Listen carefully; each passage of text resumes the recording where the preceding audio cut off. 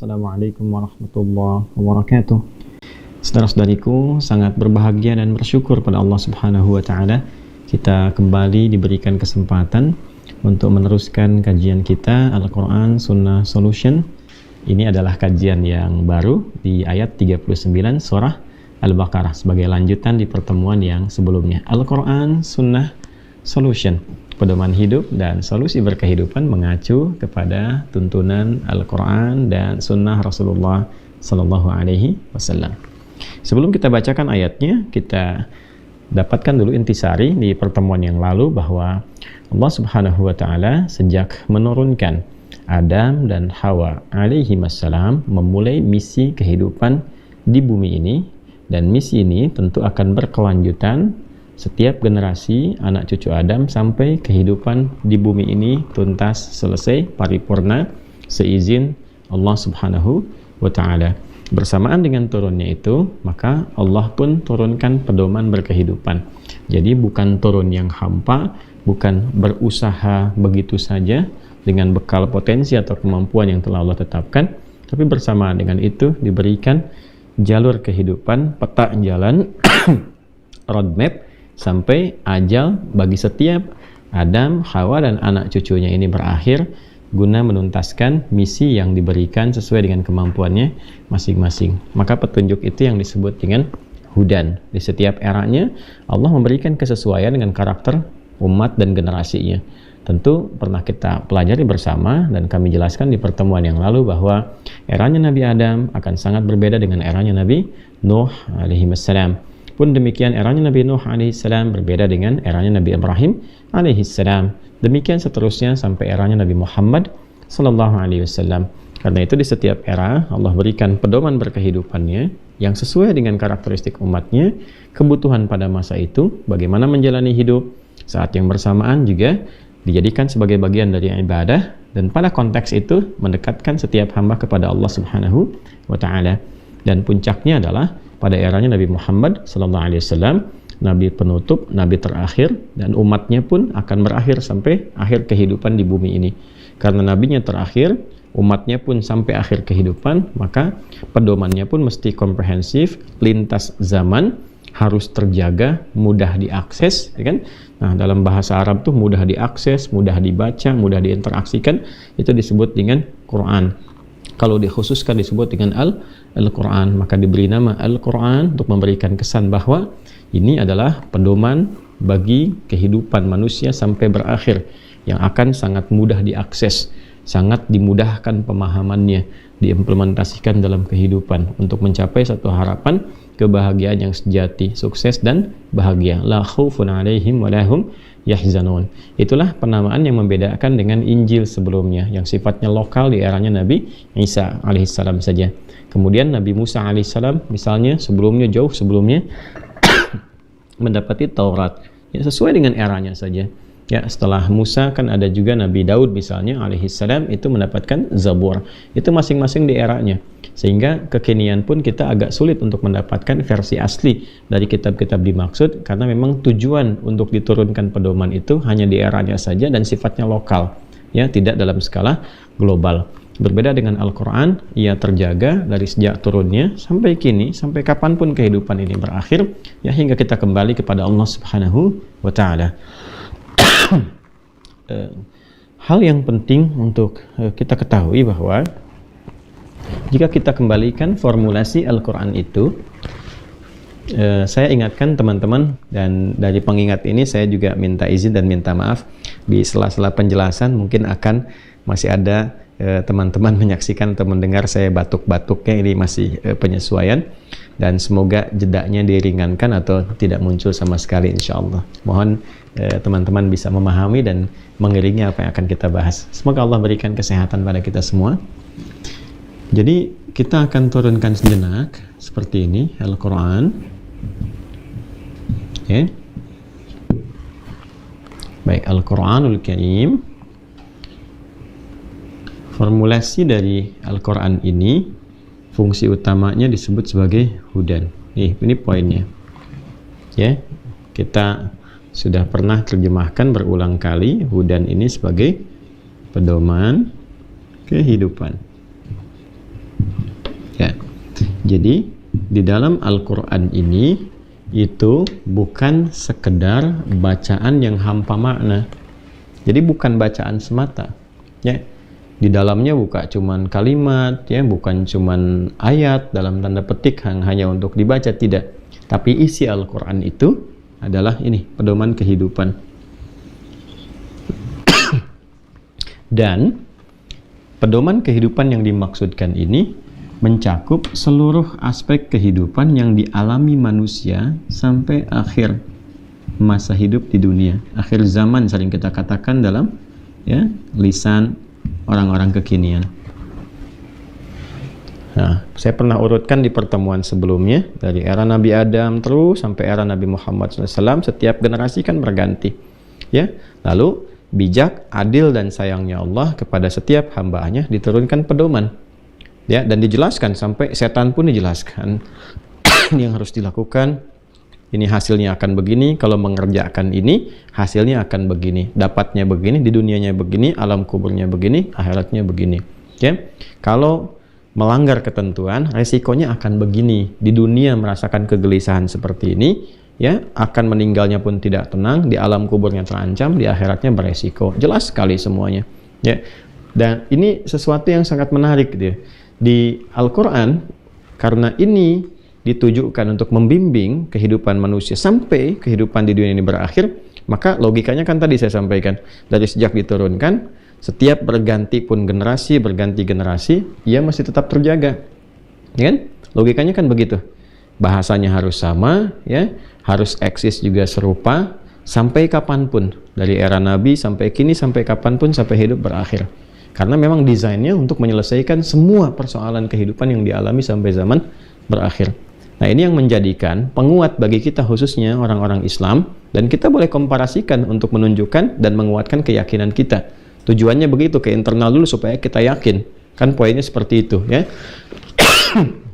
Untuk menguji diri kita dan keyakinan kita. Kita tidak perlu menguji Al-Quran. Kalau Quran itu sudah pasti kebenarannya dengan keimanan kita.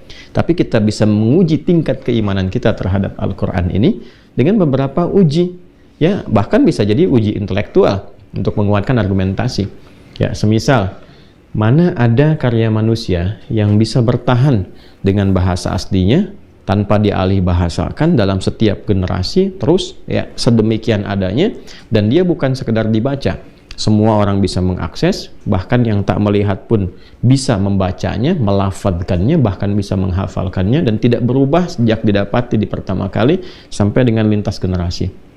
Ini menunjukkan bahwa ini bukan karya manusia, ya, hanya pencipta manusia yang bukan manusia dan bukan makhluk yang bisa menghadirkan ini. Kita telah belajar di pertemuan yang lalu bahwa manusia punya sifat kemanusiaan. Artinya, kalau ada sesuatu di luar sifat kemanusiaan ini, itu bukan karya manusia.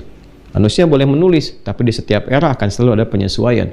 Dan menariknya, apa yang dibuat oleh manusia, walaupun bagus misalnya, bahkan bestseller misalnya, terjual banyak dan sebagainya, orang banyak akses, orang akan merasa bosan dalam 1-2 masa. Dia hanya akan bertahan 1-2 dekade, selesai, tuntas. Itu pun begitu panjang 1-2 dekade. Kadang orang baca 3 hari sudah bosan. Ya, Al-Quran itu sulit untuk disifati demikian. Dan yang paling menarik adalah, itu baru bagian luarnya. Baru dari lafadznya, hurufnya yang sempurna, yang bisa diakses oleh semua kalangan, dan menariknya di setiap tempat bacaannya sama, tidak ada yang berubah. Ya, ketika dialih bahasakan, ya, menjadi terjemahan dan tidak sama dengan isinya. Beda ketika Anda baca misalnya, oh ini ada novel bagus nih, dialih bahasakan, gitu kan? Alih bahasa ini ya hanya sebatas padanan aja, sifatnya bisa sama antara yang dialih bahasakan dengan aslinya. Quran berbeda. Menariknya berbeda. Jadi ketika dialih bahasakan jadi terjemahan, dan itu tidak mewakili isinya, hanya gambaran umum saja.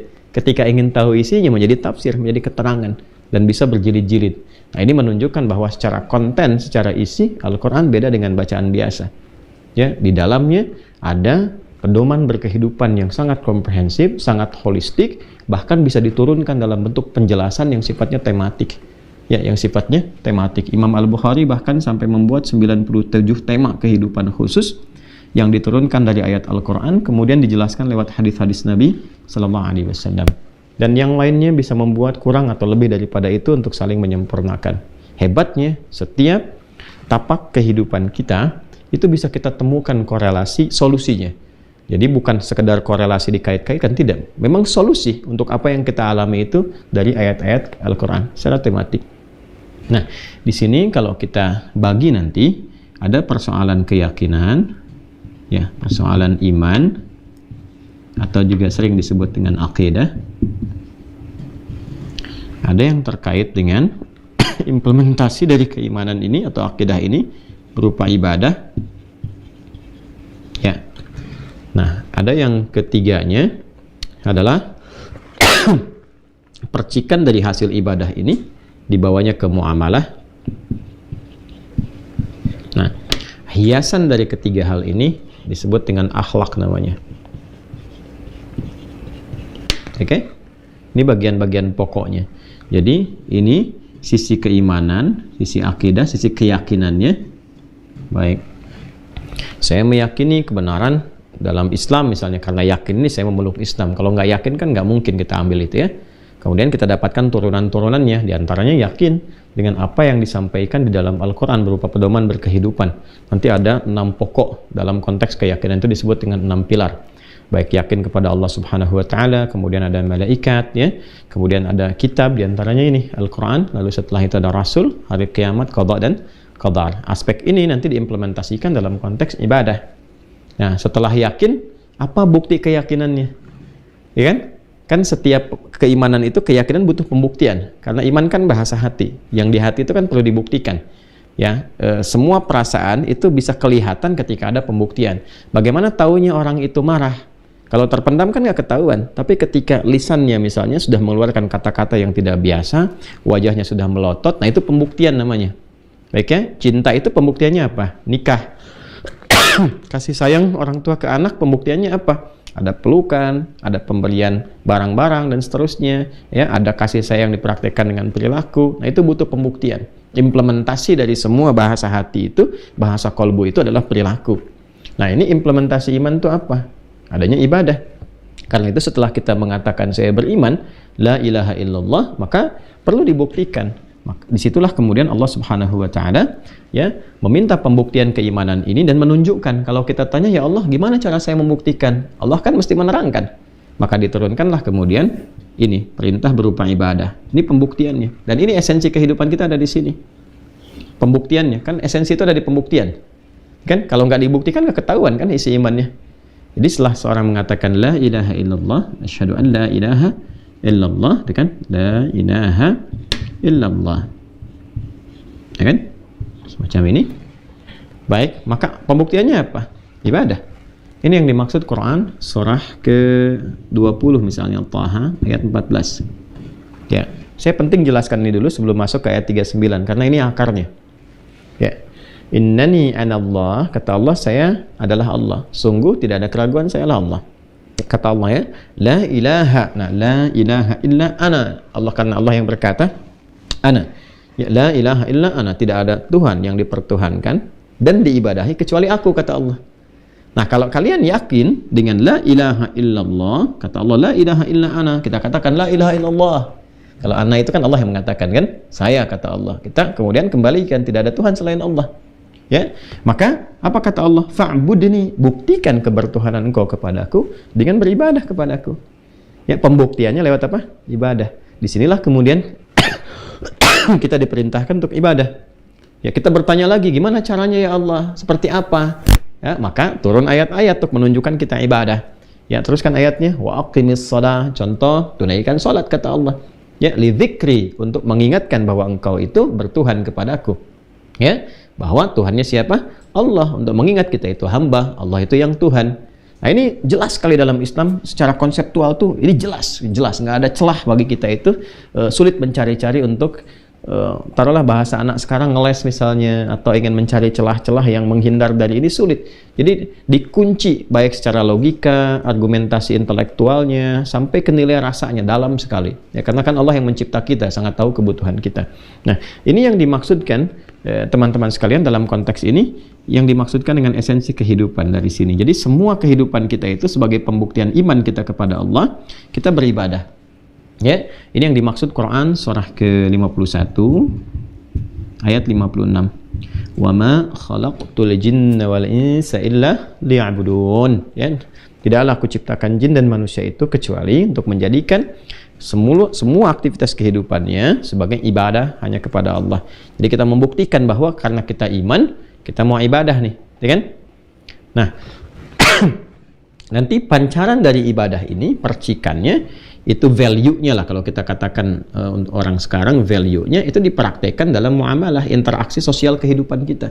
Jadi ibadah dalam konteks ini ritual mengatur hubungan kita dengan Allah sebagai pembuktian kebertuhanan kita kepada Allah, ya kan?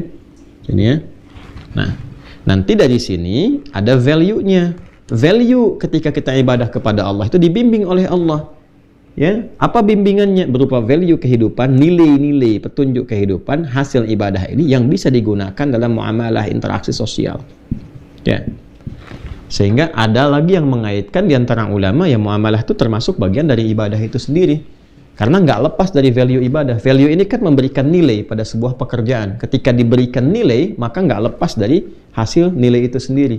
Ketika interaksi sosial kita itu diniatkan atau dilakukan berdasarkan petunjuk hasil ibadah ini, maka ini pun ya secara tidak langsung termasuk bagian dari ibadah itu sendiri. Ya, contoh misalnya kita sholat nih, tadi saya tuliskan sholat wa aqimis sholata li dzikri. Ibadah itu sholat misalnya. Kita ambil satu. Apa value dari sholat yang bisa dipraktekkan dalam konteks interaksi sosial? Maka turunlah Quran surah ke-29 misalnya. Di ayat ke-45. Utlu ma uhiya ilaika minal kitab. Baca dulu, pahami dulu petunjuk-petunjuk tentang sholat yang Allah wahyukan dari Al-Quran. Dijelaskan kemudian oleh Nabi. Kan? Ayat ini perintah kepada Nabi. Kaji dulu, pahami dulu, maka Nabi belajar dari Jibril alaihissalam. Wa aqimis shalah. Setelah paham, mengerti caranya, prakteknya, kemudian bacaannya sampai hikmahnya, tujuannya apa? Tunaikan sholat dengan cara yang benar. Nah, ini value-nya. Inna sholata tanha 'anil fahsya wal munkar. Sungguh, kalau sholat dikerjakan dengan benar, bukan sekedar takbir sampai salam menggugurkan sebuah kewajiban. Ya, bukan cuma itu, tapi memahami. Oh, ini maksudnya baca ini tuh ini. Kenapa tangannya diangkat misalnya begini? Ya, ini substansinya begini, makna bacaannya begini, hikmahnya ini. Dipraktekkanlah itu dalam hidup. Nah, hasil dari pendidikan sholat yang dilakukan itu, salah satunya apa? Salah satunya bisa merubah perilaku seorang menjadi baik. Tercegah dari dua sumber keburukan, yaitu fahsya, keburukan yang bersumber dari syahwat, kata-kata jorok, kotor, gitu kan, penyimpangan-penyimpangan seksual yang kita kenal saat inilah banyak marak, bahkan dikampanyekan, bahkan dipromosikan.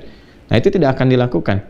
Termasuk apa? Perbuatan mungkar, perbuatan yang diingkari oleh hati kita dari hasil, maaf sekali, ya, konsumsi syahwat yang berlebihan dari nafsu perut dan akal, dari mencuri, berselisih, mencela. Ya, apalagi misalnya merampok, korupsi, menipu, sampai membegal, membunuh dan sebagainya. Itu kan semua perbuatan buruk yang kita lihat dari penyakit sosial. Ya, penyakit sosial itu kan kalau bukan fahsya itu pasti mungkar kan? Kan penyakit sosial. Ya, makanya di antara tugas-tugas Kementerian Sosial itu kan menyelesaikan problem-problem sosial. Ya. Nah, nanti problem yang terkait dengan misalnya fakir miskin, ya, bagaimana penyelesaiannya? Kan dipelihara oleh negara tuh, dalam konteks undang-undang kan seperti itu. Fakir miskin dan anak-anak terlantar dipelihara oleh negara gitu kan. Nah, bagaimana Islam berkontribusi, ya, memberikan kontribusi positif untuk bisa mengentaskan kemiskinan dan kefakiran misalnya. Nanti ada skema zakat, ibadah lagi salah satunya, ya kan? Nah, nanti skema-skema yang lain untuk mengentaskan perbuatan kriminalitas, mengentaskan perbuatan-perbuatan yang bersumber dari fahsya misalnya kan, zina, selingkuh dan turunan-turunannya itu. Nah, ini kontribusinya. Karena itu mesti diajarkan cara sholat yang benar. Ya, nah sholatnya pakai apa? Pakai iman. Makanya di Quran itu ada satu ayat saja dalam Quran yang menegaskan bahwa sholat itu adalah iman. Itu ada di Quran surah kedua Al-Baqarah di ayat 143 di pertengahannya. Wa ma kana Allahu liyudhi'a imanakum. Di sini sholat disebut dengan iman. Nah, jadi kalau orang sholatnya pakai iman untuk pembuktian keimanan dia kepada Allah dan merasakan dia disaksikan oleh Allah, ya, wa idza qala al-'abdu alhamdulillah rabbil alamin qala Allah azza wa jalla hamadani 'abdi, dia merasa disaksikan oleh Allah. Begitu mengatakan alhamdulillah rabbil alamin, kata hadis kan, hadis qudsi, Allah menjawab, hambaku sedang memujiku. Nah, itu sholat pakai iman. Ketika sholat dilakukan dengan menggunakan iman, itulah menjadi ihsan namanya. An ta'budallaha ka'annaka tarahu fa in lam takun tarahu fa innahu yarak. Ada di hadis Muslim nomor hadis yang ke-8 ya, dari Umar bin Khattab radhiyallahu taala anhu. Ya, kalau agak sulit mendapatkan kitab ini bisa ke Al-Arba'in nomor hadis yang kedua. Ya. Nah, ini jadi di Islam itu korelasinya nyambung semua, tersinergi, dan ini bukan karya manusia. Ya, terkorelasikan ke semuanya. Ini membuktikan bahwa apa yang kita yakini, setidaknya sebagai seorang muslim, itu punya basic pengetahuan yang kuat, argumentasi secara intelektual, ya secara nas gitu kan. Ya, nasnya juga jelas, ada, bahkan di-challenge kepada setiap orang untuk meriset otentisitasnya, gitu kan, untuk menemukan ya kebenarannya dan sebagainya. Dan satu-satunya kitab di muka bumi yang men-challenge siapapun untuk membuktikan kebenaran itu Al-Qur'an. Itu sangat luar biasa gitu ya. Bahkan kalau belum menemukan, silahkan kalau merasa ini karya manusia, bikin yang semisalnya. Itu banyak sekali kita temukan hal-hal demikian dalam Al-Quran untuk bisa membuktikan kebenaran, sekaligus juga bisa merasakan mukjizat Al-Quran sebagai pedoman untuk berkehidupan. Ini gambarannya teman-teman sekalian. Jadi dari mulai ada iman, ada ibadah, ada muamalah. Lalu dalam konteks kita beribadah pun, bermuamalah pun kan harus enak, harus nyaman. Ya, saya bertutur kepada Anda, kalau tuturnya kan baik, ya sopan santun, beradab, kan nyaman diterimanya gitu kan? Ya kan? Nah, pun demikian, seorang anak kepada orang tua juga bicara dengan anak, guru dengan siswa, di kantor antara sesama pejabat misalnya dengan karyawan ke bawahnya, yaitu akan sangat indah, nyaman kalau ada nilai etis di dalamnya dipraktekkan. Ya, maka yang mengatur interaksi ini supaya nyaman dilakukan, enak, tercipta harmoni disebut dengan akhlak namanya. Maka kita banyak temukan tuntunan akhlak juga dalam Al-Quran. Ya, dan jangan lupa bukan hanya akhlak sesama makhluk, tapi akhlak makhluk terhadap khalik pun ada. Ya, contoh tadi sholat misalnya, akhlak masjid, anak cucu husuan pun tidak mudah untuk didapatkan, gitu ya. Nah, ini perpaduan ini luar biasa kalau dipraktekkan dalam kehidupan. Bagian-bagian ini maka menjadilah risalah yang sempurna. Dengan pedoman ini satu mengacu ya ke atasnya dan dipraktekkan konteks dalam kehidupan, maka jadilah kemudian misi khalifah fil ard sebagai pemakmur di muka bumi itu, penyukses, bahagia, nyaman, tentram, itu potensial diraih sebagaimana Allah tunjukkan dan pernah saya kisahkan, yang sangat gersang, tertinggal. Apa hubungan tugas? Bukan tempat tinggal. Ingat baik-baik, tempat tugas, bukan tempat tinggal. Tempat tinggal kita di mana? Di jannah. Baik ya, tempat tinggal kita di jannah. Baik, jadi Allah sudah menyiapkan satu tempat untuk tinggal kita, jannah,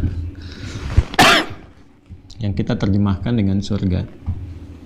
Nanti setelah tugas ini berakhir, ya. Tugas ini berakhir, kehidupan berakhir di bumi ini, selesai di tempat tugas, baru di tempat akhir ini ada potensial kita dapati. Sesuai dengan apa? Sukses tidaknya misi yang kita bangun. Ya, kan tempat ini. Nah, kesini ya. Jelas ya? Nah, ini untuk memudahkan semua tugas yang ada di sini diberikan kemudian hudan.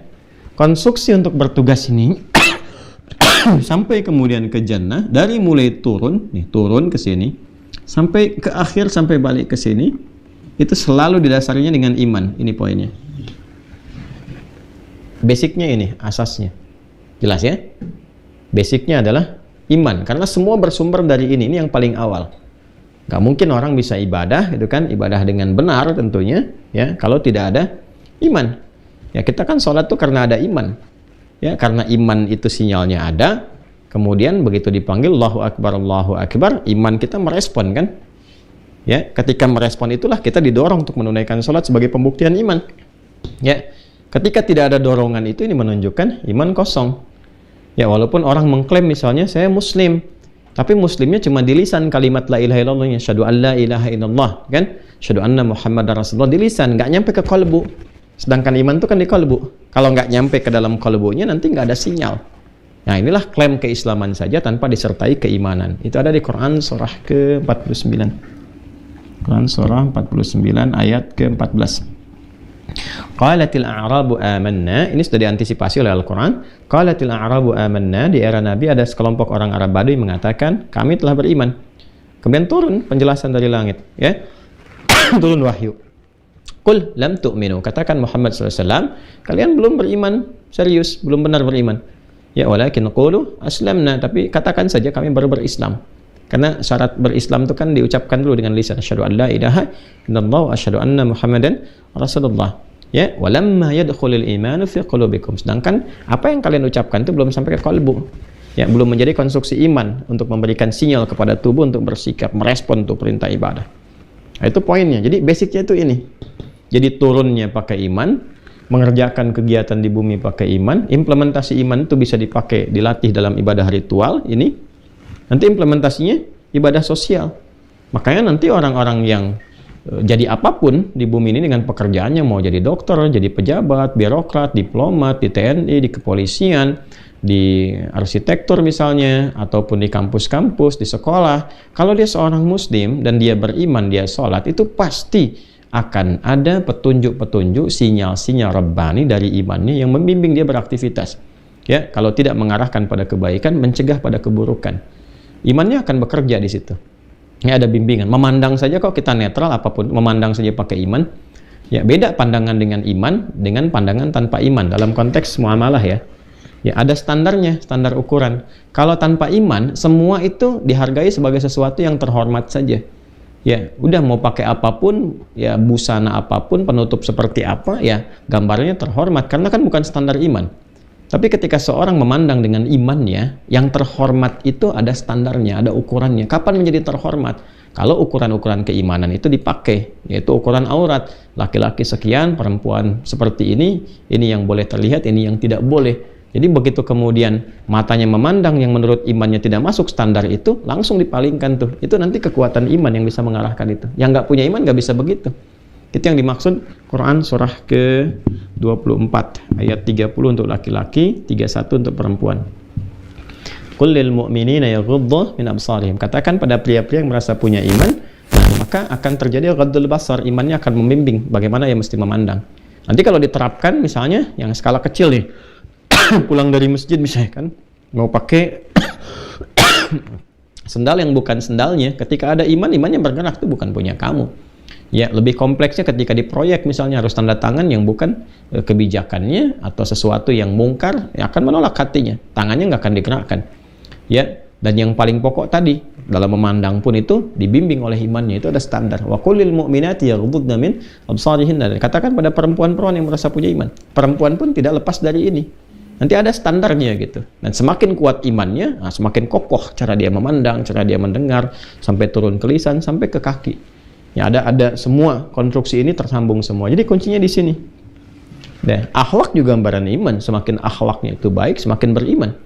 Ya kan? Kan Nabi itu dipuji itu dengan akhlaknya. Wa innaka la'ala khuluqin azim. Dan engkau adalah pemilik akhlak yang sangat luar biasa. Pemilik akhlak yang agung gitu kan? Sosok yang agung. Diagungkan Nabi itu karena apanya? Karena akhlaknya. Gitu. Dan akhlak itu pancaran keimanan. Nabi itu kan implementasi yang paling utama, ya, tokoh paling utama yang mengimplementasikan la ilaha illallah. Bagaimana kita bisa ibadah? Lihat Nabi, contoh Nabi, berakhlak juga lihat Nabi, muamalah lihat Nabi. Karena itu disebut uswah kan? Ya, uswah itu satu sosok keteladanan ideal yang ketika diteladani jadi teladan lagi. Itu yang paling indah. Karena itu keberadaan Nabi pun dengan segala contoh yang melekat pada beliau diikatkan dengan syahadat.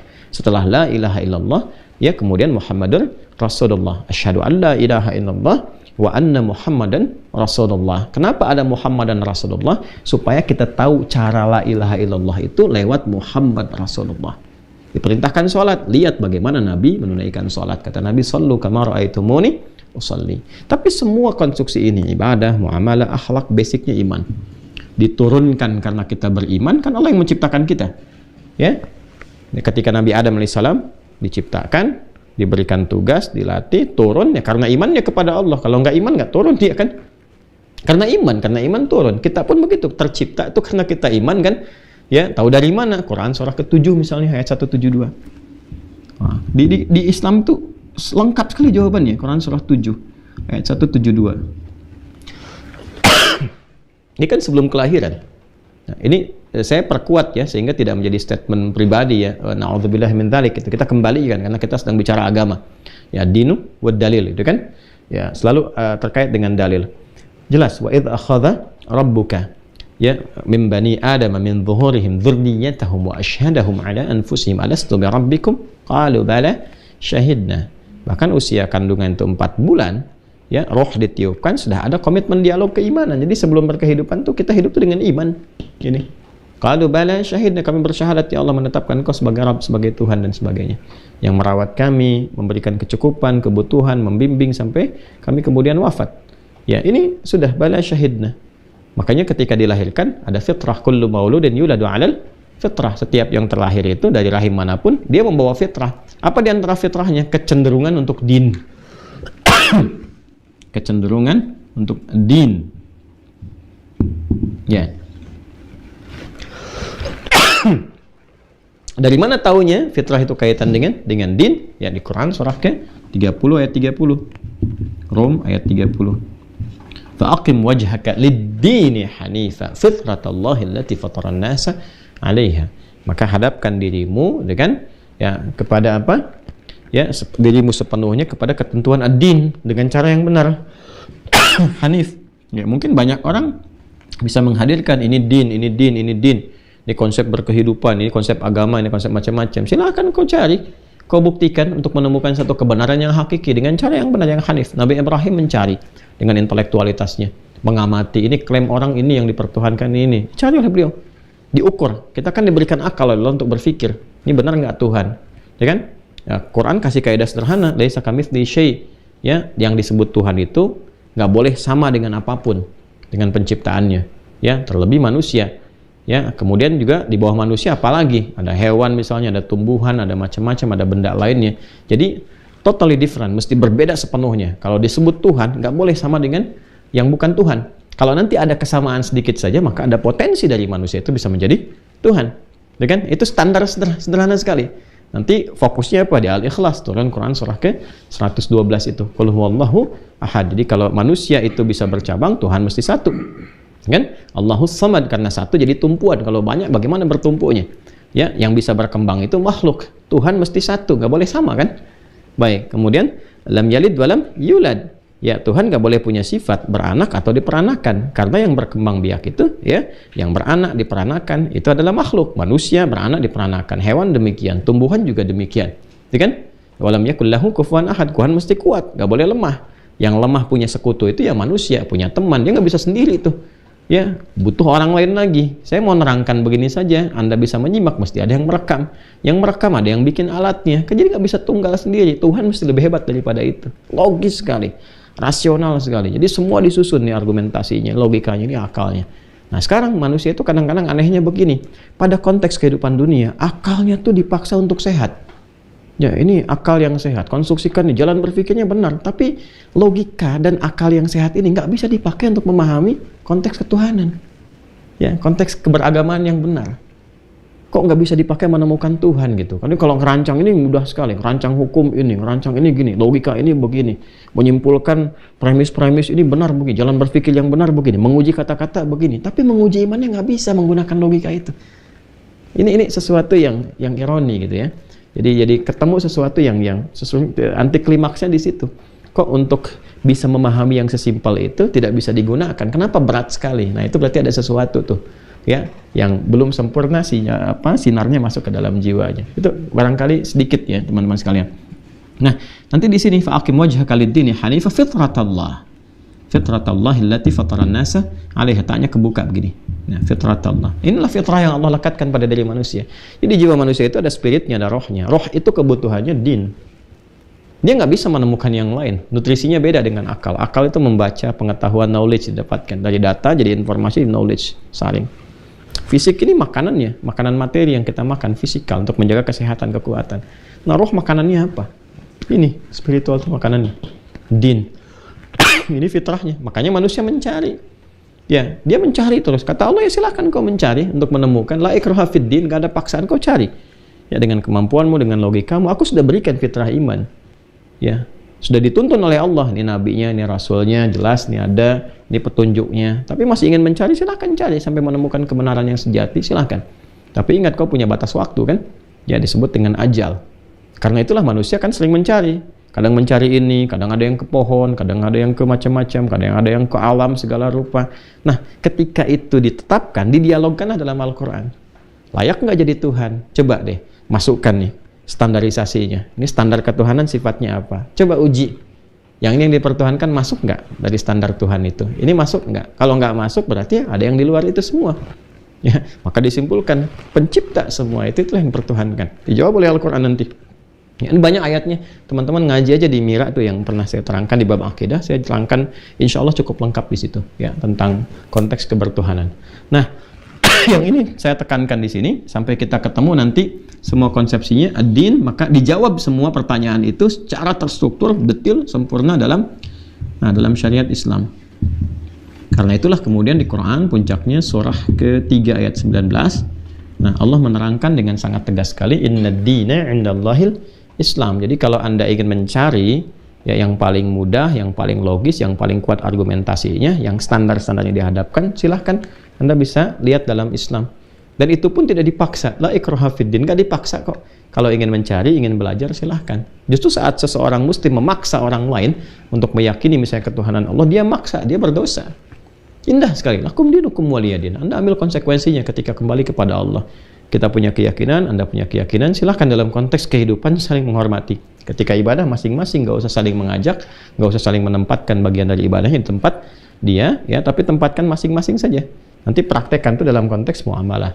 Setelah itu bawa pertanggungjawaban kembali kepada Allah. Yang dibawa apa? Ini keimanannya. Kalau ini dibawa hasilnya nanti value-nya disebut dengan pahala itu, ya kan? Nah, tapi puncaknya ini dari iman. Jadi konteks kehidupan dunia disusun oleh iman, ya kan? Hidup pun pakai iman, wafat pun pakai iman. Nah, kembali ke akhirat pun ini yang pertama kali dikonfirmasi keimanannya. Sama enggak saat turun dengan saat kembali kepada Allah itu? Sama enggak? Ya kan? Saat turun ke bumi menjalani kehidupan dengan saat kembali di yaumil akhir kepada Allah, sama enggak nih? Masih bawa imannya enggak? Makanya yang pertama kali dikonfirmasikan dari hasil pedoman tadi. Ya kan? Dan iman ini akan menuntun kita bisa berinteraksi dengan hudan, dengan Al-Quran. Kalau nggak ada iman nggak bisa mengakses ini. Ya, kalau nggak ada iman, dan seburuk-buruknya yang tidak punya iman, seburuk-buruknya yang tidak punya iman adalah bertindak yang tidak baik terhadap Al-Quran. Ya, Anda tidak yakin nggak ada masalah. Ya, orang Islam itu meyakini Quran dan tidak meyakini misalnya, ini kan standar dalam keyakinan, tidak meyakini kitab lain, ya sebagai misalnya kitab wahyu misalnya, tapi pun dilarang. Untuk apa? Untuk menjelek-jelekan, untuk merendahkan, apalagi misalnya untuk mengotori. Taruhlah membakar, menginjak-injak, dan itu dilarang. Mencela aja nggak boleh kok. Ya, yang diperkenankan itu menerangkan, menjelaskan, silahkan berargumentasi dengan cara yang paling indah. Ya, maka iman itu yang bisa menuntun kita bisa interaksi dengan Al-Quran. Kalau nggak ada iman nggak mungkin. Nah, lawan dari iman itu disebut dengan kufur namanya. Al-kufru. Perbuatannya disebut dengan kafar. Jamaknya disebut dengan kafaru. Kafaru. Oke? Misal, seorang beriman, yakin dengan Al-Quran, maka dia interaksikan dirinya dengan Quran sebagai pedoman kehidupan. Dia turunkan nih, saya misalnya usia sekian, saya sebagai anak, sebagai suami, sebagai ayah. Apa nih dari Al-Quran yang membimbing saya bersikap sebagai seorang anak? Orang tua saya ada yang masih hidup, ada yang telah meninggal. Apa yang saya lakukan sesuai dengan bimbingan Quran? Maka saya kerjakan karena iman saya nih. Oke, saya sebagai seorang suami, apa nih ayat-ayat tentang suami yang harus saya lakukan? Maka saya kerjakan sesuai dengan iman saya. Ya kan? Demikian seterusnya. Saya kerja nih sebagai seorang guru. Apa nih tuntunan pengetahuan yang harus diajarkan? Bagaimana caranya? Seperti apa? Konteks pengetahuan sesuai dengan zamannya, kita bisa belajar dimanapun. Tapi value-nya kita ambil dari Quran. Bagaimana cara belajar yang benar? Ya kan? Bagaimana cara menempatkan ilmu secara baik, mengajar dengan etika, dan sebagainya. Nah, itu kita ketika praktekkan semua ini karena iman, dapat nilai di hadapan Allah.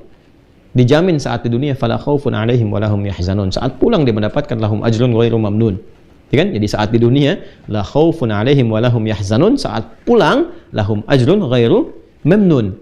Dia dapat nilai, dia yang nilai ini menjadi bekal, konversinya menjadi bekal untuk dibawa ke rahmat Allah, mendapatkan rahmat Allah untuk menempati surganya Allah Subhanahu wa ta'ala. Kan hukumnya berbeda antara dunia, alam kubur sampai akhirat. Mesti beda karena dimensinya kan tidak sama. Tapi yang dikonfirmasi awalnya keimanannya. Ini yang pertama yang harus kita pahami dulu. Nah, yang menutup dirinya, menutup cahaya imannya, cover, dia tutup kan imannya, dia memilih ya sudah, saya menutup diri saja dari itu. Ya, saya misalnya ada orang mengatakan misalnya ya, saya tidak beriman, kan dia tutup dirinya tuh, dia cover, ya, cover. Orang Inggris mengambil itu, kemudian mengatakan cover, menutup, sehingga tak tampak, tidak ada kelihatannya, ya kan? Nah itu perbuatannya disebut kafara, jamaknya kafaru. Dia ingin menjauhkan dari itu, sehingga dia nggak kenal Quran. Bukan berarti tidak kenal itu tidak tahu Quran. Karena kan setiap waktu sekarang kajian banyak, YouTube ada, dengar ada, diperdengarkan. Bahkan sekarang di New York adzan sudah kedengaran gitu kan. Beberapa tempat diakses sangat mudah sekali dan sebagainya. Diperkenalkan. Ya, tapi dengan konteks diketahui itu, ya tetap dia memilih misalnya tidak mau berinteraksi dengan Al-Quran. Jelas ya? Bahkan ada yang kedua, ya bukan sekedar dia tidak mau tahu Quran, tapi dia juga berusaha untuk mengekspresikan ketidaksetujuannya dengan Quran dengan cara-cara yang tidak benar. Nah ini biasanya kalau kadzdzaba itu berdusta, kalau kadzdzaba mendustakan.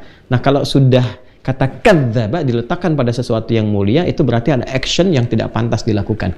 Ya, kadzdzaba yukadzibu, jamaknya kadzabu. Jadi ada kadzdzaba tunggalnya, ya jamaknya kadzabu. Ya kan? Nah ini dia. Ya kalau sudah kadzabu itu bukan hanya sekedar tidak mau tahu, tapi juga mengekspresikan itu dengan ekspresi yang buruk. Ya misalnya ada yang mencoba datang membakar demonstratif misalnya, ada yang menginjak, ada yang apa, ini kadzabu namanya. Atau melecehkan secara verbal. Ya, mengolok-olok misalnya, mengingkari sekaligus mengolok-olok. Ya misal di Quran turun ayat jilbab, maka mengolok-olok ayat itu misalnya, atau dipotong-potong, atau bahkan pada yang paling ekstrim bahkan tentang akidah. Ya, ayatnya dikeluarkan, dialih fungsikan, macam-macam dalam konteks yang bisa berbeda-beda. Kalau Quran katakan demikian, itu potensi terjadi. Potensi apa? Terjadi. Nah, orang-orang yang konsisten dengan imannya. Ini kita dalam konteks pemahaman keislaman ya, untuk meyakini. Kan karena kita yakin, makanya kita beramal. Ya kan? Dan kita punya peluang kan dengan keyakinan itu. Artinya setelah wafat masih ada peluang. Orang-orang yang tidak yakin ya wafat, dia nggak punya peluang. Kalau ada kehidupan lagi bagaimana? Kan? Nah karena kita yakin kita lakukan. Karena itu hal yang paling awal kita lakukan menguji otentisitas Quran sebagai wahyu. Setelah kita yakin kebenarannya, validitasnya, yakin ini wahyu dan sebagainya, maka kemudian dari keyakinan itu kita berinteraksi kan? Dan itu dibuktikan dulu oleh Allah. Ya, bagaimana Quran itu mukjizat? Dari mana taunya begini? Di awal kan tadi kita telah selesaikan. Ya setelah paham ini semua, silakan lakukan. Nah, konsistensi ini yang kalau kita kerjakan, ini di dunia dapat apa saja, diberikan. La khaufun 'alaihim wa lahum yahzanun, ketenangan, kenyamanan, perubahan hidup dan sebagainya. Dan dahsyatnya terbukti dalam sejarah. Yang paling gampang tadi, kok bisa orang hidup jahiliyah? Allah tidak turunkan tongkatnya Musa, mukjizat Nabi Isa dan sebagainya, cuma Allah turunkan Al-Quran, merubah hidup mereka. Ya, merubah hidup mereka. Dahsyatnya luar biasa, jadi khair umat terbaik di zamannya. Dan kurikulum itu dipakai di generasi setelahnya. Kan tidak berhenti di Mekah saja, nggak berhenti di Madinah. Ketika itu dibawa oleh para sahabat ke Afrika Utara jadi maju, ya ke Andalusia jadi maju, punya peradaban setiap tempat. Termasuk ketika dibawa ke Nusantara, Nusantara berkembang lebih maju. Ya, lebih maju luar biasa, dan kedamaian, ketentraman dan sebagainya. Ya, jadi ketika nilai-nilai keislaman itu dengan spirit dari Al-Quran dibawa, itu dahsyatnya luar biasa. Ya, dan itu memberikan sebuah nilai, tidak merusak sistem yang ada. Ya, berkembang, diberikan nilai, lebih berperadaban, lebih baik dan sebagainya. Ini konteksnya. Ini dunianya. Ini dibuktikan oleh sejarah. Jadi dahsyatnya di Islam itu kitabnya ada, sosoknya bisa dilacak ada, nabinya ada, kuburannya ada, orang-orang yang pernah berinteraksi dengan beliau ada. Dibuktikan oleh sejarah, nasabnya jelas, kuburannya ada. Itu kan? Kemudian perkembangannya bisa dilacak oleh sejarah. Dibawa ke sini jadi ini sampai sekarang masih bisa disaksikan. Kan pembuktiannya jelas. Apalagi coba? Ya. Jadi semua hal yang terkait dengan hidup pembuktiannya ada. Tinggal keyakinannya itu ada apa enggak. Ini umat Islam sekarang ini punya nilai keimanan yang sama enggak dengan orang-orang sebelumnya. Katanya pengen generasi emas, pengen gini, pengen gitu. Islam tawarkan value. Dan value itu ketika diterapkan dalam setiap tempat selalu berkesesuaian dengan nilai-nilai kehidupan. Karena itu kan pedoman hidup untuk semua manusia. Nggak akan merusak, nggak akan berubah, dan nggak akan pernah bertentangan ya dengan nilai-nilai baik yang diterapkan di tempat yang dia tinggal. Misalnya nih, kita punya dasar di Indonesia Pancasila, ada Undang-Undang Dasar 45 dan turunannya. Itu nggak akan pernah bertentangan dengan value yang ada dalam Quran, dalam hadis. Nggak akan pernah, karena seiring berjalan bersamaan. Ya, nilai-nilai kebaikannya, nilai kemuliaannya dan sebagainya. Dan dahsyatnya dijamin oleh undang-undang juga dalam konteks kita beribadah ini, ya, pemahaman ini. Nah, ini keimanan. Nah, bagi yang tidak yakin dengan ini atau mengambil langkah ekstrim misalnya dengan berekspresi yang tidak pantas, secara kemanusiaan pun nggak pantas, ya, di depan umum bawa-bawa Quran bakar ini secara demonstratif dan ekstrim, ya, itu kan tidak pantas gitu ya, untuk dilakukan, selangkah provokatif lah, atau mengolok-olok, ya, apakah dalam seminar atau ingin diviralkan atau bikin konten macam-macam dan sebagainya misal. Itu kan hal-hal yang tidak pantas, secara kemanusiaan saja hati kita menolak gitu kan, dan sebagainya. Tapi itu potensial terjadi.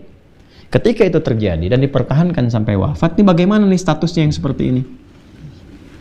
Kalau yang ini kan jelas statusnya yang beriman. Ini dalam konteks keyakinan kita ya sebagai muslim. Mungkin non-muslim juga punya konstruksi sendiri atau punya keyakinannya sendiri, atau mungkin juga punya gambaran tentang kehidupan di kitabnya masing-masing. Ya, silahkan bisa digali sesuai keyakinan lakum dinukum waliyadin. Ini dalam konteks keislaman. Maka apa yang didapatkan oleh ini semua di luar konteks yang iman tadi, setelah dijelaskan, setelah diterangkan dan sebagainya, maka itulah relevansinya dengan turunnya ayat 39. Ya, walladzina kafaru wa kadzdzabu biayatina ulaika ashabun nari hum fiha khalidun. Yuk baca dulu ya. Ayat 39. Ada teman-teman? A'udzu billahi minasyaitonir rajim. Bismillahirrahmanirrahim. Walladzina kafaru wa kadzdzabu biayatina ulaika ashabun nar hum fiha khalidun.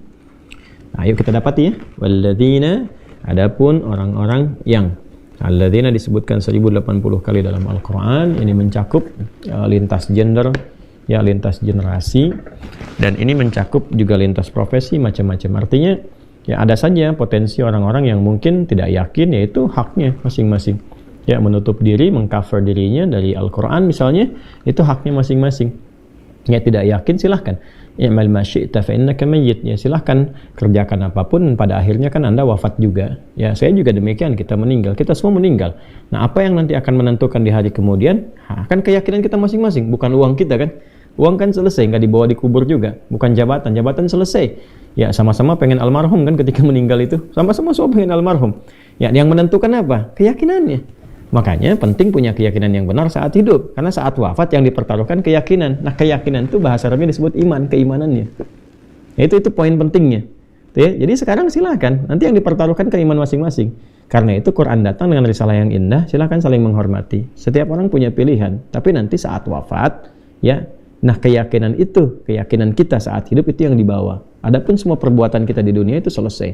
Nah, Al-Quran menjelaskan dengan sangat tuntas. Hidupnya di dunia begini, setelah di dunia akan kemana, keadaannya di alam itu bagaimana, setelah di alam tunggu itu, ya, yang waiting roomnya di alam kubur, barzakh itu nanti seperti itu, selesai, nanti terjadi apa, sampai kapan, kalau kembali kepada Allah itu bagaimana, tuntas dijelaskan.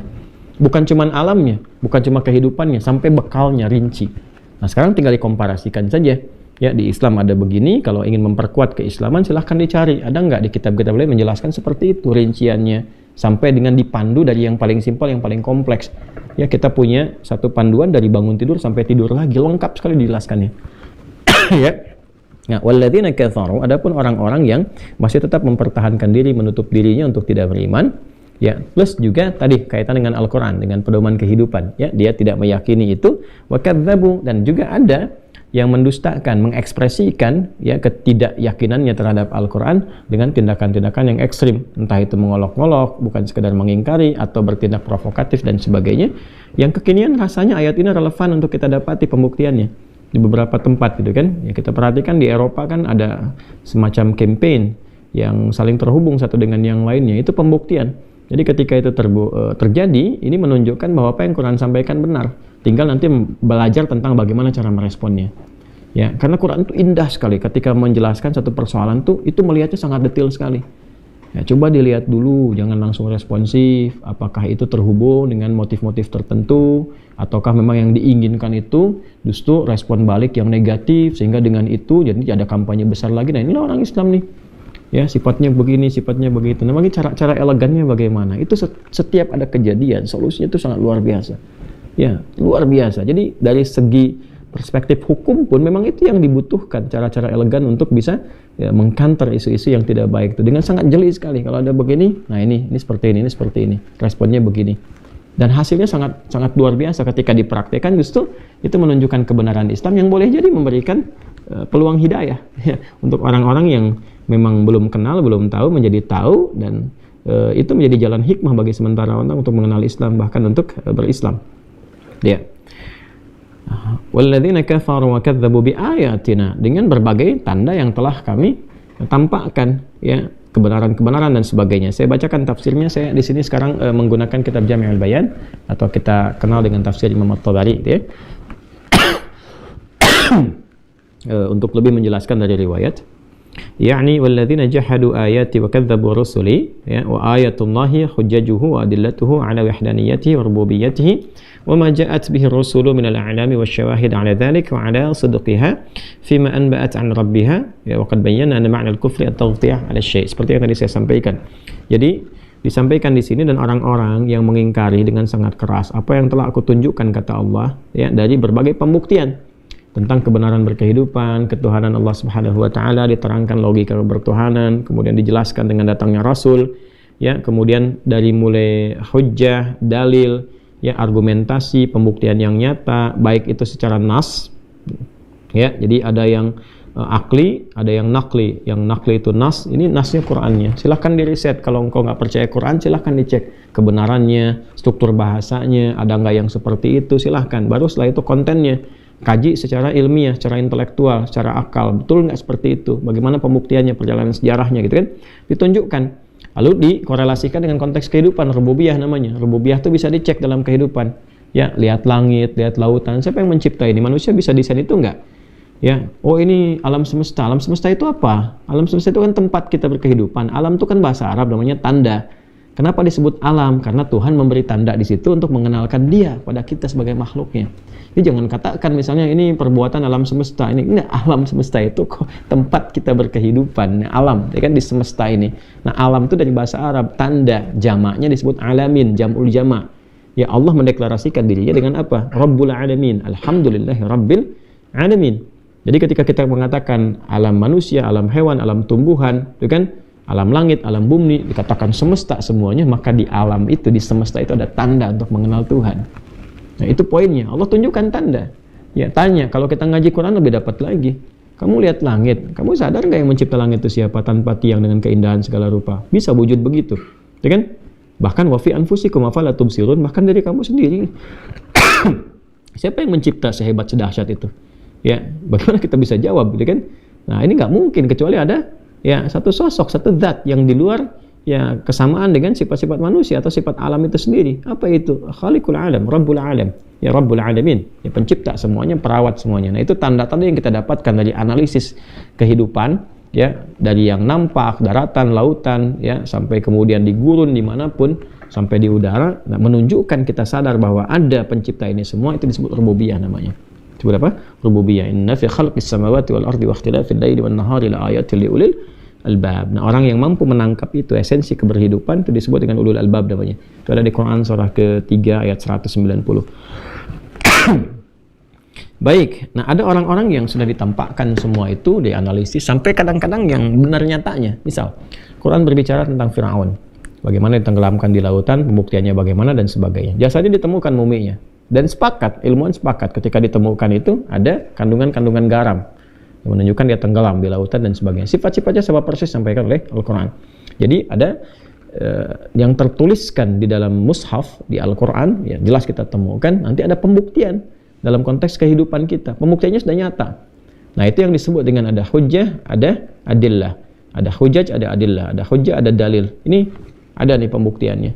Ini ada nasnya, ini pembuktiannya. Nah, kalau sampai semacam itu belum yakin juga, kan dia tetap tidak beriman, bahkan ada yang berespon dengan provokatif, dengan ekstrim dan sebagainya, sudah ulaika ashabun nar hum fiha khalidun. Maka pertanyaannya yang seperti itu kemudian selesai, hidupnya selesai dan meninggal, kan meninggal juga.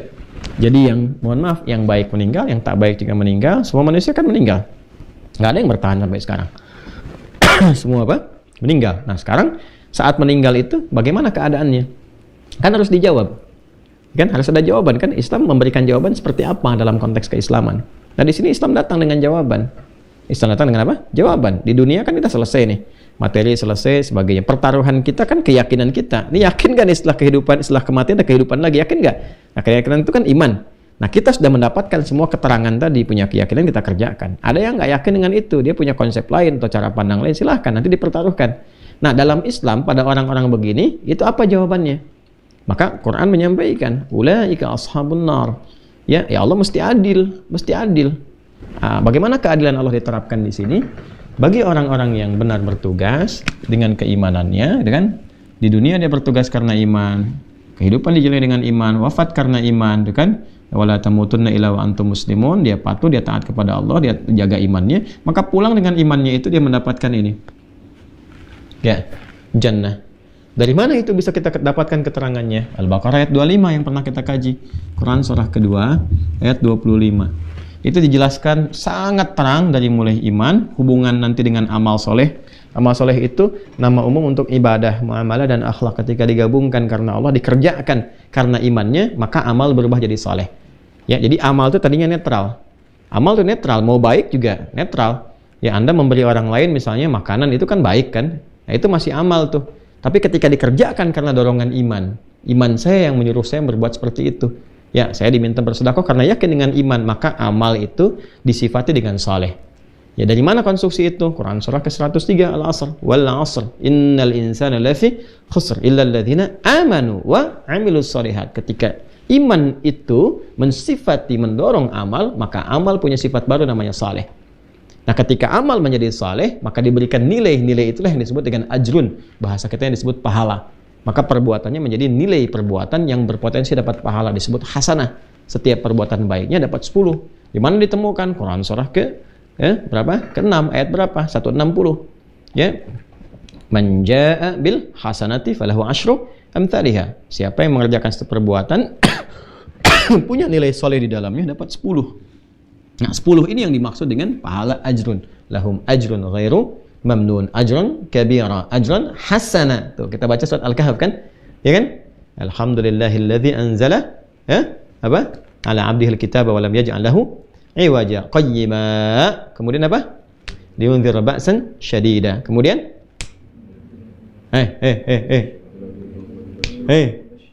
wa yubashshiran mu'minina alladzina ya'maluna shalihati anna lahum ajran hasana. Tuh, hasana itu dari sifat hasana. Maaf ya teman-teman, maksud saya ke ini kameramen apa, karena malam Jumat tuh saya tekankan mereka tuh. Ya, nanti silakan yang yasinan mau al-kahfan, al-kahfian silakan. Jadi kalau tadi saya bilang, ini yang ini supaya nggak pada bengong nih yang di depan. Ya, alhamdulillah kita biasakan itu ya.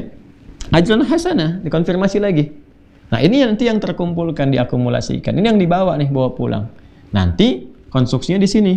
Wa basyiril ladzina amanu, imannya. Wa amilus solihati, amal solehnya, plus amal soleh. Karena iman saya beramal, amal menjadi soleh. Ya. Wa basyiril ladzina amanu wa amilus solihati anna lahum jannatin tajri min tahtihal anhar. Nah, saat pulang dapat ini. Nah, sekarang ada orang tidak beriman, ingkar, dia tutup diri. Ini konteks keislaman ya.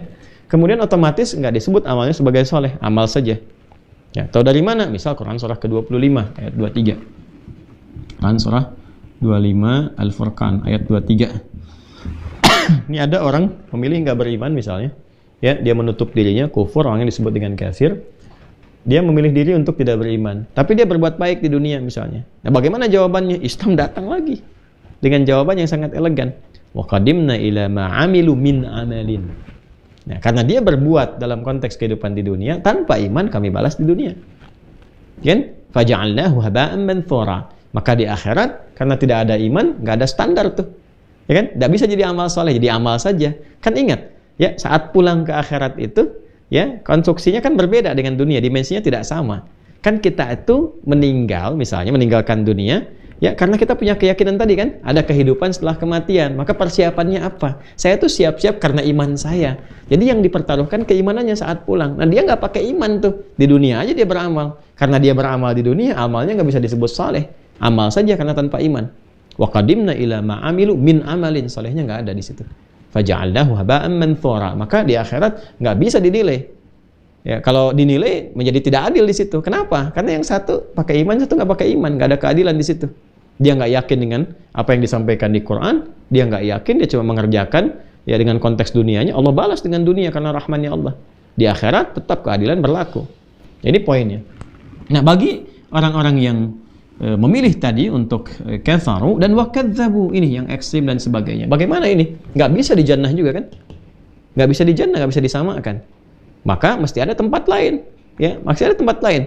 Karena dia tidak membawa misi dengan baik, tidak mengerjakan dengan benar, bahkan provokatif, bahkan mengingkari, dan dalam konteks yang lebih dahsyat lagi, ya bahkan mendustakan ketuhanan misalnya Allah yang telah menciptakannya dalam konteks keislaman ya. Maka apa yang terjadi? Nggak bisa masuk ke sini. Allah harus adil.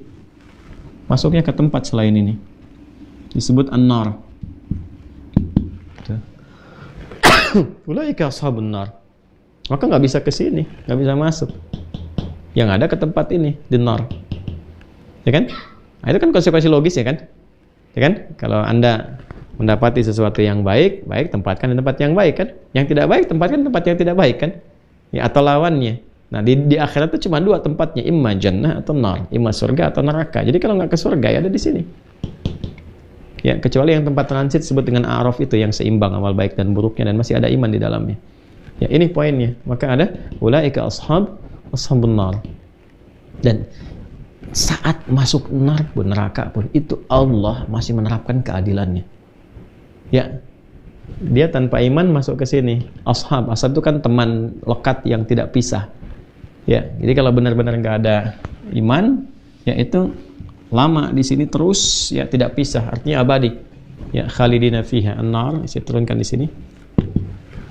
Ya, dan ini pun yang ketika dikerjakan tidak ada imannya, itu diukur lagi berdasarkan dengan standar perilaku keburukannya saat di dunia. Nanti dikelompokkan pada 7 bagian ekstrim. Ya, makanya nanti ada sab'ul mubiqat, saya 7 yang mencelakakan itu yang pokoknya itu hati-hati itu. Ya, dan neraka pun Nabi declare-nya jelas. Ya, nar itu disusun dengan 7 pintu. 7 pintu itu maksudnya 7 pokok nih keburukan. Ya, makanya nanti ada masing-masing tuh kalau kita ngaji kan nanti ada lava misalnya. Kalla innaha lava. Ya. Kemudian ada apa lagi? Khutamah. Apa lagi nih? Antum nih yang di sini. Kemudian apa lagi? Hawiyah. Hawiyah. Tuh. Ada lava, khutamah, hawiyah. Apa lagi yang antum tahu? Ada sa'ir. Ashabus sa'ir di surah Al-Mulk. Apa lagi? Saqar. Ma salakakum fis saqar. Qalu lam nakum minal musallin. Apa lagi? Jahim. Ashabul jahim. Ya. Yang paling dahsyat apa? Jahannam. Nomor 7 yang terakhir. Ini yang hati-hati banget. Jahannam. Jahannam yaslaunaha. Tuh. 7 nih. Ya, lava 1, khutamah 2, hawiyah 3, sa'ir 4, sakar 5, jahim 6, jahannam 7. Pas 7. Ya, dan itu pun masih terangkat juga pintunya 7. Buka Quran surah ke-15 Al-Hijr. Di ayat ke-44. Quran surah 15. Tuntas banget di Quran itu, ayat 44. Laha sab'atu abwab. Neraka itu ya ada 7 pintu. Ya, ada nggak di dalamnya itu? Ya, ada. Dan setiap pintunya itu juz'um maksum, ya, ada bagian-bagiannya. Ini bagian tuh ini porsinya nih. Tuh, sampai yang paling dahsyatnya. Tuh. Ya, mesti hati-hati teman-teman sekalian. Ya, nanti coba buka di Al-Hijr ayat 44 di halaman 87. Halaman 87 paling kanan berarti. Nah, nanti di Az-Zumar ayat 71 diterangkan lagi hatta idza ja'uha futihat abwabuha. Ya, sampai nanti orang-orang ini ketika datang karena dia nggak ada bekal itu dia mesti ke sini. Dibukalah pintunya itu wafutiyat abwabuha. Ya. Dibuka pintu-pintu sesuai dengan ya keburukan-keburukan perilakunya. Silakan. Dari tingkat-tingkat ini nih. Nah, nanti yang masuk sini pun ada 2 golongan lagi. Golongan yang tidak beriman, ada golongan yang mengaku ada iman atau beriman tapi berbuat buruk dalam hidup, tidak mencerminkan keimanannya. Misal ngaku muslim tapi nggak sholat. Ya, masalah kakum fis sakar. Qalu lam nakum minal musallin. Kenapa kok kamu kumpul sama orang nggak beriman di sini masuk sakar? Kami ngaku muslim tapi nggak sholat, kan? Sengaja meninggalkan sholat misalnya. Atau ada lagi yang sholat tapi juga senang mencela orang. Ya, sholat senang bikin hoax, sholat senang berselisih, senang konflik, senang provokasi. Itu ada tuh Di hadis Muslim tuh ada yang masuk neraka karena yang begitu. Maka dimasukkan di situ. Ya, dibersihkan dulu. Ada keterangan dari nabinya, ada. Ini kita sampaikan di sini. Nomor hadis 797 dalam konteks riwayat di tafsir ini. Ini keunggulan tafsir ini. Jadi beliau kan karena masa awal-awal nih, ya masuk golongan salaf di awal, termasuk kitab tafsir paling awal. Jadi saya akan hadirkan yang Ibnu Abbas ini yang awal sekali, setelah generasi ini baru At-Tabari.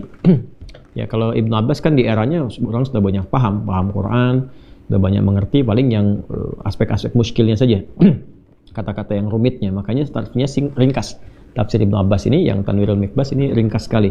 Kayak tafsirnya Al-Jalalain ya. Jalalain itu ringkas padat untuk yang simpel-simpel karena di eranya banyak yang paham. Setelah itu kan mulai karena interaksi dengan Quran agak jauh, dijelaskannya lebih lengkap lagi. Di zaman ini riwayat sudah banyak yang tahu. Jadi tengah simpel. Era semakin berkembang dekat-dekat kayak kita sekarang ini, ya kan? Sudah interaksi dengan Qurannya pada jarang, gitu kan? Nah, tapi pada jadi mufti, nah ini yang repot tuh. Udah jarang ngaji, memberi fatwa, ini repot tuh. Terus baca terjemah, nggak bisa baca dengan baik, kayak Qurannya masih udah ngasih pandangan. Yang paling bahaya itu, paling musibah, orang yang berilmu disalahkan oleh orang yang tidak berilmu, itu paling musibah itu. Paling musibah, ya. Balik ke sini. Yuk kita bacakan riwayatnya. Haddatsana bihi Uqbah bin Sinan al-Basri qala haddatsana. Jadi At-Tabari menerima ini ya, At-Tabari. Imam Abdul Jarir At-Tabari menerima riwayatnya langsung karena beliau kan dari kalangan awal-awal nih.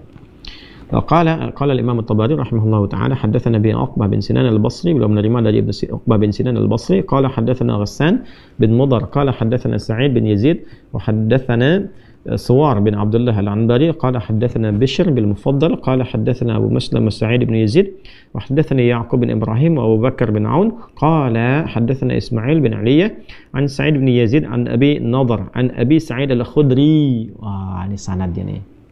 Wah, di Islam tuh indahnya begitu.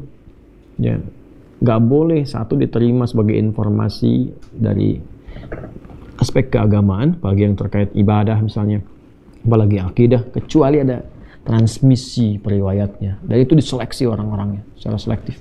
Jadi kalau di ilmu namanya sanad, kalau di orang namanya nasab. Nah, ilmu sanad dengan ilmu nasab berbeda. Jangan pakai ilmu sanad di nasab, itu nggak akan nyambung, ya kan? Walaupun bisa diurut-urutkan begitu, ada, tapi ada perbedaan. Dan itu ada disiplin ilmu sendiri. Ya, nanti lain waktu kita bahas, ya. Lain waktu kita bisa bahas. Nah, ini kita sedang bicara tentang sanad. Nanti di Muqaddimah Sahih Muslim Ibnu Sirin juga berkata demikian yang pernah saya sampaikan. Ya. Baik. Al-isnad minad-din, bahwa sanad itu termasuk bagian dari ya perangkat agama. Gitu ya. Laulal isnadu, kalau tanpa isnad itu ya maka orang bisa mengatakan apa yang dia inginkan, makanya ngarang-ngarang, harus ada verifikasinya. Nah, ini di Islam ada demikian. Jadi Ibnu Jarir At-Tabari mendapatkan ini sampai tersambung ke sahabat mulia sampai dari Nabi sallallahu alaihi wasallam. Jadi sahabat mulianya Abi Sa'id Al-Khudri radhiyallahu taala anhu dari Nabi sallallahu alaihi wasallam. Qala Rasulullah sallallahu alaihi wasallam. Rasulullah sallallahu alaihi wasallam bersabda, "Amma ahlun nari alladzina hum ahluha." Adapun ahli neraka itu yang dinilai sebagai ahlinya, keluarganya. Ahli kan nggak bisa keluar, masuk di situ kan, namanya keluarga. Fa innahum la yamutuna fiha wa la yahyaun. Maka mereka kekal di neraka itu. Ya enggak hidup, enggak mati. Ya begitu aja. Begitu disiksa, hancur, ditumbuhkan lagi, diadakan lagi, ya. Itu yang paling rendah loh. Paling rendah dan enggak keluar dari neraka. Itu ada di Quran surah ke 4 ya, An-Nisa. Ayat ke-56. Oh, yang tadi yang 87 itu Al-Hijr bukan nama 87, An-Nisa yang 87. Ya, Al-Hijr ayat ke-44, di An-Nisa ayat 56. Coba buka An-Nisa ayat 56. Paling kanan tuh. Ya, halaman 87 betul. Innal ladzina kafaru bi ayatina sawfa nuslihim nara kullama nadijat juluduhum baddalnahum juludan ghairaha liyadzuqul adzab. Ada ayatnya? Ya, innal ladzina kafaru tadi tuh. Yang Al-Baqarah 39 kan dibuka dengan wal ladzina kafaru, gitu kan? Wa kadzdzabu bi ayatina, dijawab oleh Allah ini yang serendah-rendahnya. Kan kalau kadzdzabu sudah provokatif tadi, sudah ekstrim dan sebagainya. Ya, kafaru ingkar. Ini yang paling rendah di neraka itu, yang paling rendahnya.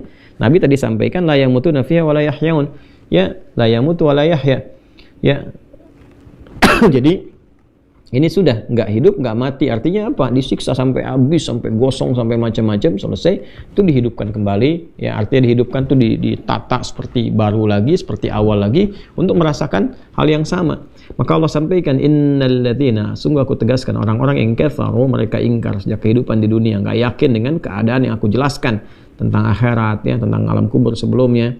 Ya, innalladzina kafaru biayatina. Baca Al-Baqarah 39, walladzina kafaru wa kadzdzabu biayatina.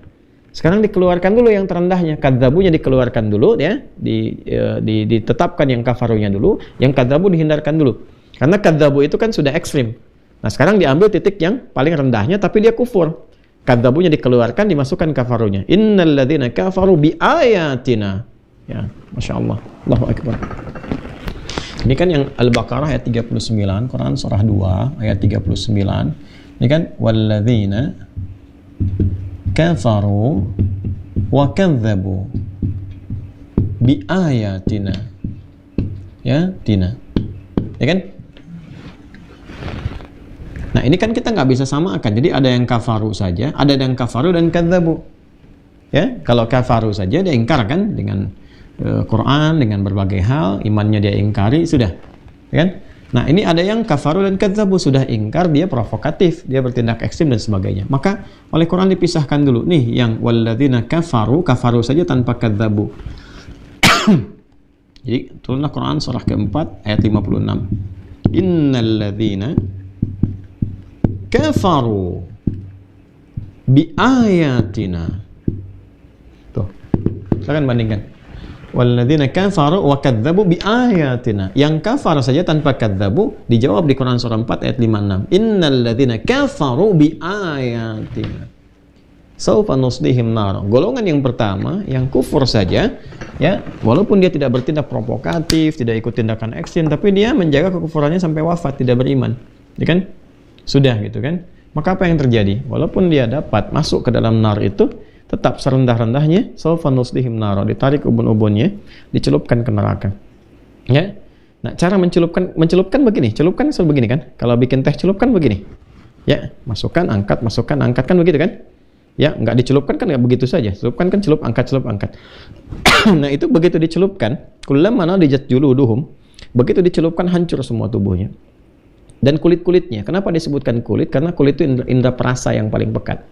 Bisa sering mengilustrasikan kalau ada orang dicambuk gitu, kan, cambukan pertama sakit rasanya, kedua sakit, dicambuk terus di tempat yang sama sampai kulitnya mengelupas, maka sakitnya akan berkurang, ya, karena beberapa saraf yang ada di dalamnya itu kan, ya, sudah baal istilahnya itu kan, sudah mulai kurang berasa lagi, ya kan. Tapi kalau dipindah di tempat lain, rasanya akan sakit kembali kan seperti awal. Nah, ini diilustrasikan, dimasukkan ke dalam neraka itu oleh sakamitsli syai'. Habis itu semua dengan kulit-kulitnya. Maksudnya habis, terasa sakitnya luar biasa semua. Nanti begitu diangkat lagi, baddalnahum juludan ghairaha, dibentuk lagi dengan kulit yang sempurna lagi. Liyadzuqul adzab, supaya antara yang pertama dirasakan itu terus sama dengan yang selanjutnya. Itu aja. Ya, sekali celup itu seharinya kan 1000 tahun. Berarti kalau 1 detik kurang lebih 48 hari. Jadi kalau ada yang dimasukkan 1 detik saja itu sama dengan 48 hari. Makanya disebut oleh Nabi sallallahu alaihi wasallam, la yamutuna fiha wa la yahyaun, itu enggak hidup enggak mati. Artinya udah hancur habis, naik, dihidupin, dibentuk lagi, dibaruin lagi, terus lagi begitu. Selamanya. Khalidan fiha. Itu yang paling rendah. Nah, nanti yang paling dahsyat ada kadzdzabu di mana? Ya, contoh di An-Nisa, kita ambil di surat yang sama saja supaya enggak jauh-jauh buka mushafnya. Ya. Quran surah keempat di ayat 140, paling kiri sebelah bawah. Quran surah 4 ayat 140. Ya. Sudah? Paling kiri sebelah bawah, persis paling pojok, paling bawah kiri. An-Nisa ayat 140. Wa qad nazzala 'alaikum fil kitabi an idza sami'tum ayatillahi yukfaru biha. Ini kafar. Wa yustahza'u biha. Yustahza itu bentuk daripada takdzib. Kan tadi saya katakan, ya, yang takdzib itu mendustakan, itu ada langkah provokatifnya. Kadang kan mengolok-olok gitu kan. Ya kan ada yang bukan sudah dia ingkar, dia mengolok-olok gitu kan. Ya, ada ngolok-ngolok aspek tauhid, ngolok-ngolok masuk ibadah, macam-macam lah gitu. Kadang diplesetkan ayat Quran, dan yang paling ekstrim kan yang tadi saya sempat contohkan. Nah, itu yang paling rendahnya saya dari sifat takdzib itu istihza. Ya, mengolok-olok, merendahkan, ya mengalihkan kepada konteks yang lain dengan tujuan hawa nafsu semata. Perhatikan, waqad nazzala 'alaikum fil kitabi an idza sami'tum ayatullahi, ya, an idza sami'tum ayat billahi yukfaru biha, diingkari, kafar yukfar, wa yustahza'u biha, ini praktek dari takdzib. Fala taq'udu ma'ahum hatta yakhudu fi haditsin ghairi innakum idzan mithluhum. Innallaha jami'ul munafiqina wal kafirina fi jahannam jami'a. Tingkat tertinggi jahannam. Tuh. Oke? Kata Allah, kalau Anda menyaksikan ada orang-orang yang provokatif terhadap ayat-ayat Allah ke Al-Quran, kan? Ngolok-ngolok atau yang paling ekstrim macam-macam. Udah, yang pertama, jangan balas dulu dengan tindakan anarkis. Nggak usah anarkis. Ya, nggak usah bersikap anarkis dulu, tinggalkan aja, nggak usah dikasih panggung. Ya, nanti kalau dia merasa sepi, dia ngolok-ngolok pakai di dalam seminar, nggak usah ada yang hadir dalam seminarnya, tinggalin aja, channelnya nggak usah diikutin, abaikan aja. Ya, dan hebatnya Quran tuh gini, hatta yakhudu fi haditsin ghairi, sampai dia mau balik lagi, paham, oh nggak laku nih, nggak punya temen nih, sadar dia, taubat, itu sampai begitu. Jadi jangan mencela yang sudah tercela, buang-buang energi. Ini ada sikap provokatif, tindakan memancing amarah dunia saja untuk memberikan satu legitimasi bahwa Islam tuh itu kasar, Islam perusak, macam-macam sebagainya. Provokatif nih. Ya, misalnya ada yang provokatif pembakaran setempat ini, udah, nggak usah kita capek-capek keluar, nggak usah mencela ini dan itu. Ya, celaan dalam hati kita tetap, ya harus ada, kita nggak suka seperti itu. Tapi harus jeli juga, lihat. Apakah ini satu pancingan saja? Apakah ini kesannya hanya untuk membenarkan bahwa umat Islam ini anarkis gini, nanti muncul video lain lagi, dipotong-potong, musimnya kan begitu sekarang ini, ya kan? Udah, nggak usah terlalu repot dan macam-macam. Secara diplomasi bagus nih. Ya, pemerintah sudah diplomasi lewat Kemlu tentang kejadian yang kemarin di Swedia misalnya kan, beberapa ke tempat-tempat lain. Ya, secara diplomasi sampaikan, karena umat Islam terbesar kan di sini. Apa reaksi umat Islamnya? Gampang aja, udah tinggalin itu, termasuk tinggalkan semua hal-hal yang terkait dengan itu. Pemerintah yang bersangkutan misalnya mengakomodir itu, bahkan memberikan hak untuk itu, ya sudah, kalau itu keputusan dari mereka, sudah, yang terkait dengan mereka boikot oleh umat Islam, tinggalkan, produknya nggak usah dibeli, nggak usah dipakai. Ya, nanti kalau udah itu ditinggalin, kita nggak usah reaktif, nggak usah pakai aja. Ini produknya, ini negara mana nih yang melakukan itu? Oh ini, dia melindungi nggak? Kalau dia menghukum berarti benar tindakan. Tapi kalau difasilitasi, udah, berarti membenarkan nih, udah, produknya nggak usah dibeli. Ya, dari makanan, dari produk ini, dari tokonya, dari retailnya, tinggalin aja. Ya, ada di kita nggak di Indonesia? Oh ada, udah, umat Islamnya konsisten, nggak usah dicelang, nggak usah diapa-apain, jangan dibeli, boikot semuanya, tinggalkan. Ya, udah selesai. Aku tinggalkan ini, selesai.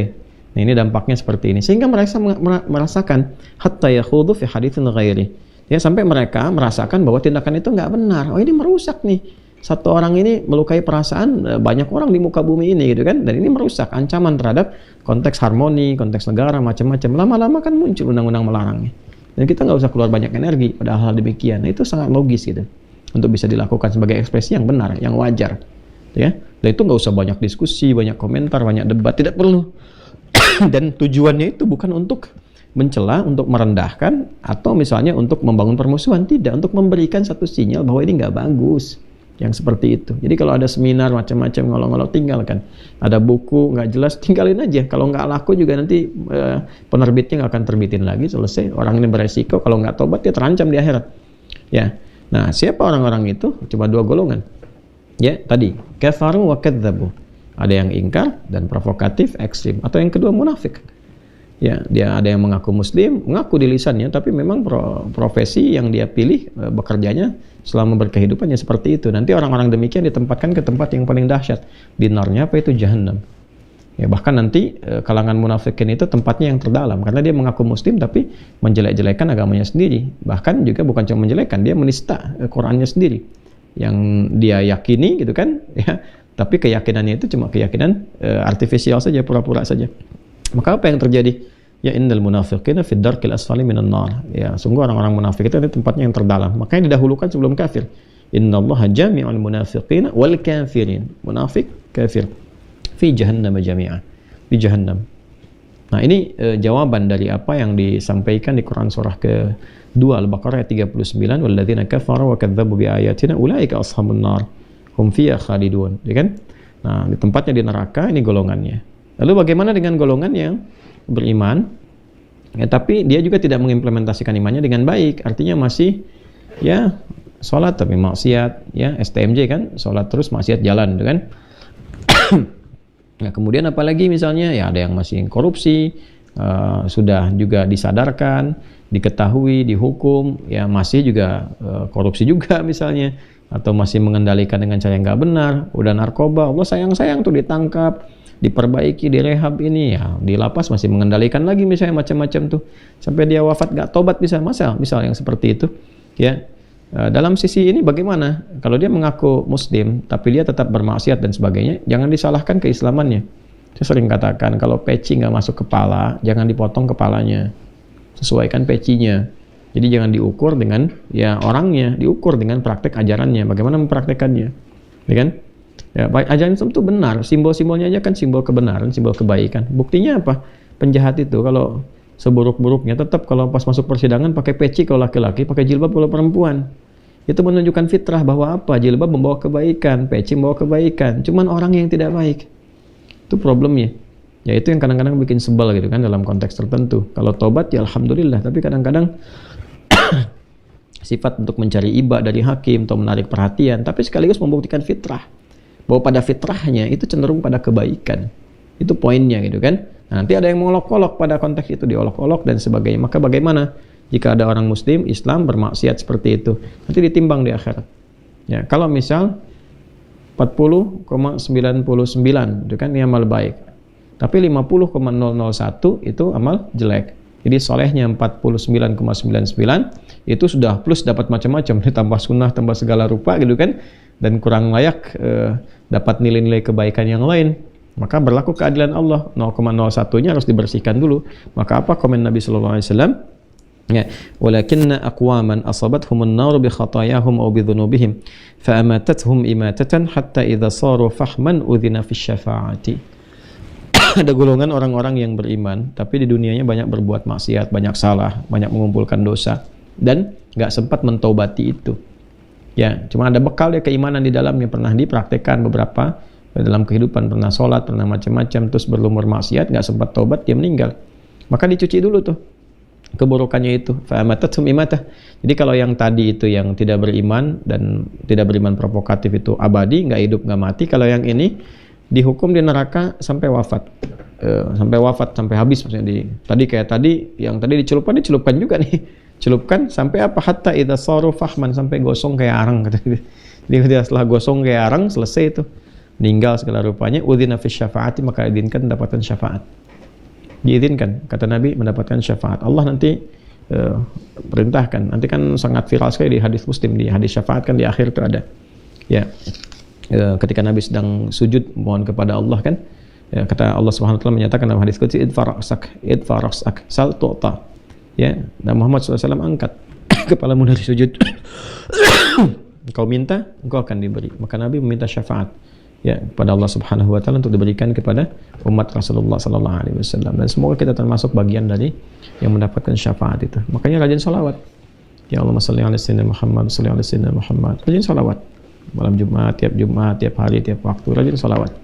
Ya, rajin salawat setidaknya untuk mendapatkan syafaat Rasulullah sallallahu alaihi wasallam. Jadi ini sekaligus pembahasan malam ini memberikan kepada kita penjelasan yang utuh bagaimana Islam memberikan pedoman kehidupan yang sangat tuntas, komprehensif, holistik, semua aspeknya dibahas.